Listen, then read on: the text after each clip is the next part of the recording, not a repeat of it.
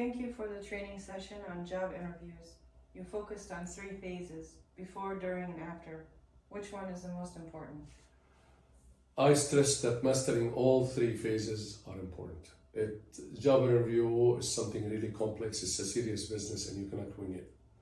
So let's take them one by one. The before phase, the training basically guides you to learn on the position you will be applying for, the employer's interviewer personality, his background, her background, what are their expectations, preparing yourself for the standard set of questions that always interviewers tend to ask candidates. There's a set of questions everybody asks. You should prepare answers for these questions that you know you're going to be asked.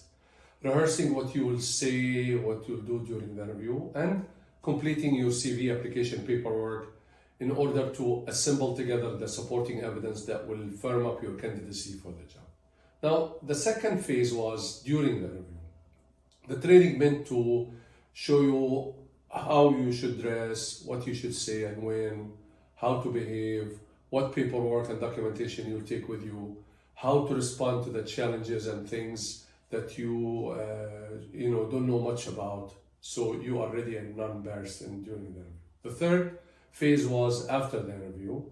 The training actually meant to explain to you how you should convince the interviewer, even after the interview, to still consider you as a candidate for the job. And it also guides you on capturing the learning lessons from the interview in the future. So the things we discussed was sending an acknowledgement note to the interviewer, thanking him or her for giving you the opportunity for the interview, following up on their decision without really upsetting them, being nagging and all.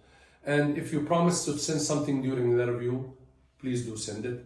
And keeping a record for yourself on what happened during the interview, what are the details of these interviewers that you met, what are the key questions that they asked you so you can learn from them in the future and capture from this experience.